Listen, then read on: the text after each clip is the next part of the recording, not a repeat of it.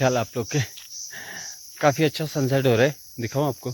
ये देखो सनसेट हो चुका है। ये वाली पहाड़ी लग गई है ना, बाज के पेड़ लग चुके हैं, इस वजह से देख नहीं पा रहे ढंग से। नहीं तो सूरज अभी यहीं पे है। सनसेट अभी अच्छे से हुआ नहीं है, यहीं पे है जस्ट हमारे सूर्य देवता। और जैसे कि मेरे पीछे आप गाड़ी देख रहे हो, ये है आपकी Hyundai i10। मतलब इस पे दिखाने का ऐसा कोई पर्पज़ नहीं है, बस आपको समझाना मेरा पर्पज़ है। वो चीज़ इसी में मैं समझा देता हूँ, क्योंकि अभी जो SUV जिनमें अप्रोच एंगल, डिपार्चर एंगल और ब्रेक ओवर एंगल, उन चीज़ों को अच्छे से एक्सप्लेन करके बताता, वो अभी अवेलेबल है नहीं। तो इस पर मैं आपको समझा देता हूँ। मुझे लगता है कि आप लोग को बहुत जल्दी ये चीज़ें समझ में आ जाएंगी। गाड़ी लेने से पहले आप लोग ये चीज़ें बहुत जल्दी समझ जाओगे कि ये वर्ड जो यूज करते हैं लोग, approach angle, departure angle, break over angle, क्या होते हैं और इनको क्यों लोग इन टर्म को यूज करते हैं। वो चीज़ें मैं आपको इस गाड़ी में बताता हूँ कि क्या होते हैं और क्यों ज़रूरी होते हैं ये सब चीज़ें। जैसे SUV होगी, कॉम्पैक्ट SUV होगी, हैचबैक होगी या सेडान होगी, मतलब सबका अपना अलग अलग डिपार्चर एंगल और ब्रेक ओवर एंगल रहते हैं। सबका अपना अलग अलग रहता है, सब गाड़ियों का अलग अलग रहता है। वो डिपेंड करता है कौन सी गाड़ी कैसी है, कितना उसमें प्रोफाइल के टायर लगे हैं, कितना उसका ग्राउंड क्लियरेंस है। जो एक्चुअल में ग्राउंड क्लियरेंस का नाम लेते हैं ना कि हाँ इतने mm का मेरी गाड़ी में या इस गाड़ी में इतना mm की ग्राउंड क्लियरेंस है। ग्राउंड क्लियरेंस एक्चुअल में उसका वर्ड होता है कि ब्रेक ओवर एंगल कितना है। जितना अच्छा ब्रेक ओवर एंगल होगा उतने मतलब ज़्यादा गड्ढे वड्ढे में गाड़ी को पता ही नहीं चलेगा। नीचे से बॉडी, अंडर बॉडी, गाड़ी की अंडर बॉडी टच नहीं होगी। वो आओ पहले मैं आपको वही दिखाता हूँ, अप्रोच एंगल क्या होता है, डिपार्चर एंगल क्या होते हैं। ये देखिए टायर के ये वाला भाग डिपार्चर एंगल कहलाता है, ये वाला भाग, ठीक है, ये वाला पार्ट। और फ्रंट वाला पार्ट क्या रहता है, अप्रोच एंगल, ये वाला अप्रोच एंगल कहलाता है। और बीच वाला कहलाता है ग्राउंड क्लियरेंस या ब्रेक ओवर एंगल। ये देखिए अप्रोच एंगल, डिपार्चर एंगल और break over angle. Approach angle होता है, ये अलग अलग डिपेंड करता है। जैसे इस गाड़ी में टायर बहुत ज़्यादा आगे हैं, i10 की गाड़ी है, Hyundai की i10 की गाड़ी है, इसमें जो है टायर बहुत आगे है। बाकी गाड़ियों में दिखाऊं, जैसे ये सफारी होगी और उसके बाद ये XUV 700 होगी या फिर ये थार हो गई। मतलब सब गाड़ियों के ना अलग अलग, जहाँ जैसे ये टायर लगा है, टायर से गाड़ी की बॉडी कितना आगे है और उसका जो बम्पर होता है, बम्पर पार्ट कितना ऊपर है। जितना अच्छा होगा उतना अच्छे से गाड़ी गड्ढे में क्रॉस हो जाएगी। यहाँ से तो क्रॉस हो जाएगी, लेकिन जो गाड़ी का नीचे वाला पार्ट है उस पार्ट में टच हो जाएगी। इसलिए तीनों एंगल है जितने अच्छे होंगे उतना अच्छा गाड़ी परफॉर्म करती है। ये एंगल जो है बहुत ज़रूरी है। अभी मैं इसमें जैसे एक पत्थर रख के दिखाता हूँ। मतलब अब मैं भी फील्ड पे हूँ तो यहाँ पे ब्रेकर वगैरह तो नहीं होंगे, तो उनको हम यहाँ पे पत्थर रखूँगा, मैं उसके थ्रू आपको समझाने की कोशिश करता हूँ। ज़रूरी नहीं है कि जिसका अप्रोच एंगल अच्छा हो, डिपार्चर अच्छा हो, वो परफॉर्म भी अच्छा करेगी। कई बार ये दोनों सही होकर भी ग्राउंड क्लियरेंस कम होती है, तो उस वजह से भी गाड़ी बहुत दिक्कत कर जाती है। जैसे ऑफ रोडिंग में खासतौर पर ये सबसे ज़्यादा दिक्कत आती है गाड़ियों में।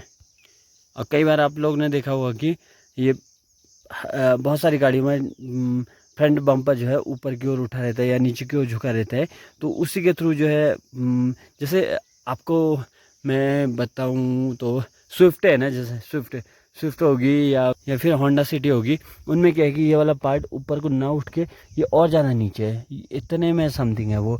तो उसमें जो है अप्रोच एंगल और ज़्यादा कम हो जाता है, क्योंकि उसका फ्रंट बम्पर जो है हल्का ऊपर स्लोप में ऊपर की तरह, ऊपर की ओर जाने की अपेक्षा वो और ज़्यादा एकदम मतलब सीधा है, उसमें जो है और ज़्यादा दिक्कत आती है। इसमें सबसे ज़्यादा दिक्कत तब आती है ना जब ब्रेकर हो गए, अच्छे खासे ब्रेकर जहाँ पे होते हैं ना, जो नॉर्मली गवर्नमेंट बनाती है, उनको छोड़ के जो मतलब रोड में लोग वाग बना देते हैं, पत्थर रख के ईंट रख के, उसमें ज़्यादा दिक्कत आती है उन, क्योंकि उन ब्रेकरों को कोई साइज वाइज होता नहीं है, ऐसे ही बना देते हैं उन्हें। या फिर कहीं ऑफ रोडिंग में जा रहे हैं हम लोग, ऑफ रोडिंग का मतलब ये है कि गड्ढे वड्ढे रास्ते में जा रहे हैं, तो वहाँ पे भी ये चीज़ें बहुत दिक्कत करती हैं।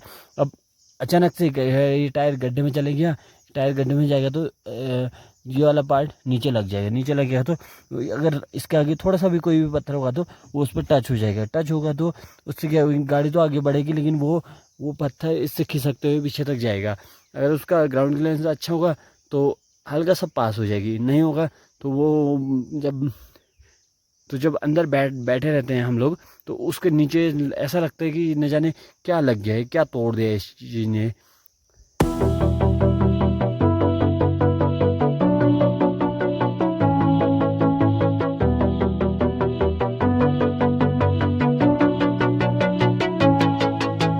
बात करूँ मैं डिपार्चर एंगल की, डिपार्चर एंगल जो है ज़्यादातर गाड़ी में क्या होता है कि अच्छा खासा होता है, और इसकी लोग इतना ज़्यादा इसके बारे में बात भी नहीं करते हैं, क्योंकि हर किसी गाड़ी में ना क्या होता है कि सारी गाड़ियाँ आगे की ओर झुकी रहती हैं और पीछे से हल्का सा उठी रहती हैं।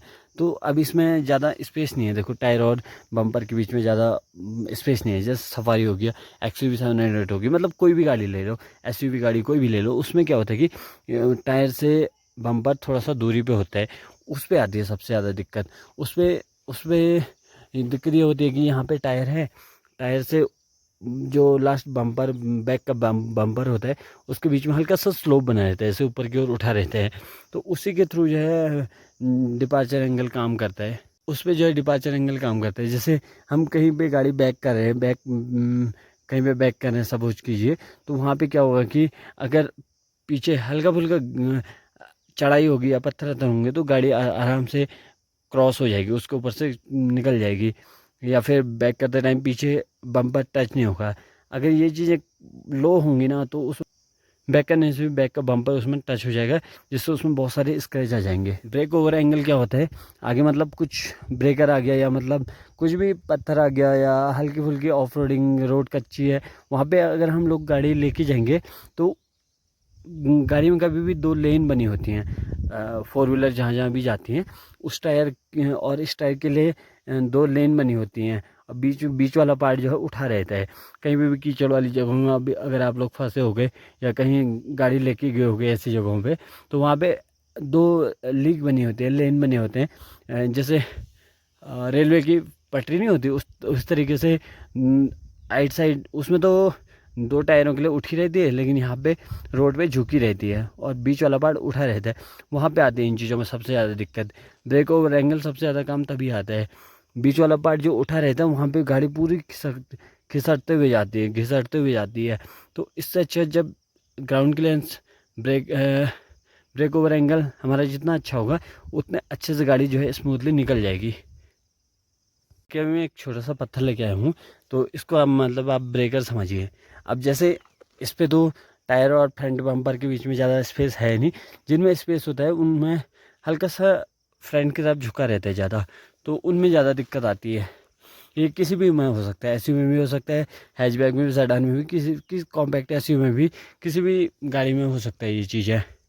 तो इस पर क्या होगा ना, इस पर जब आप ऐसे ऑफ रोडिंग में जा रहे हो या गड्ढे अड्डे में गाड़ी कूद गई है, तो उसके बाद क्या होगा कि फ्रंट टायर ब्रेकर के ऊपर या पत्थर के ऊपर, स्टोन के ऊपर, किसी के ऊपर चढ़ जाएगा, ये तो चढ़ जाएगा, लेकिन मैं आपको दिखाऊँ अच्छे से, ये तो इसके ऊपर से क्रॉस हो जाएगा, लेकिन जब टायर यहाँ पे आएगा ना, ये एंगल यहाँ पे होगा, मतलब पत्थर रख के बताता हूँ, ये इसके ऊपर से क्रॉस हो गया। हाँ, अब यहाँ पे रखूँ, ये देखिए, ये जैसे ही क्रॉस होगा हम थोड़ा सा भी एक्सलेट करेंगे या ओवर स्पीड में जाएंगे, तभी तो गड्ढे अड्डे जब भी आते हैं ना वहाँ पे स्पीड बहुत स्लो रखिएगा, कम रखते हैं लोग।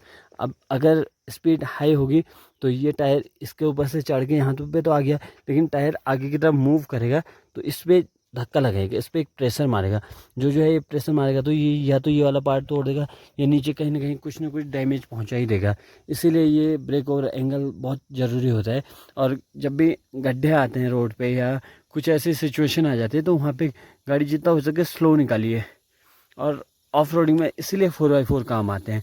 अपनी लॉर्ड एल्टो है जो ये डिस्प्ले पे देख रहे हो आप, जो ये अभी देख रहे हो आप, ये लॉर्ड एल्टो, तो खैर इसमें एक तो इनके ड्राइवर ना बहुत हैवी ड्राइवर होते हैं। हैवी इसलिए होते हैं क्योंकि इनके हैवी इसलिए भी होते हैं ना क्योंकि उन लोग को कोई डर तो रहती है नहीं कि हाँ गाड़ी में इतना नुकसान होगा।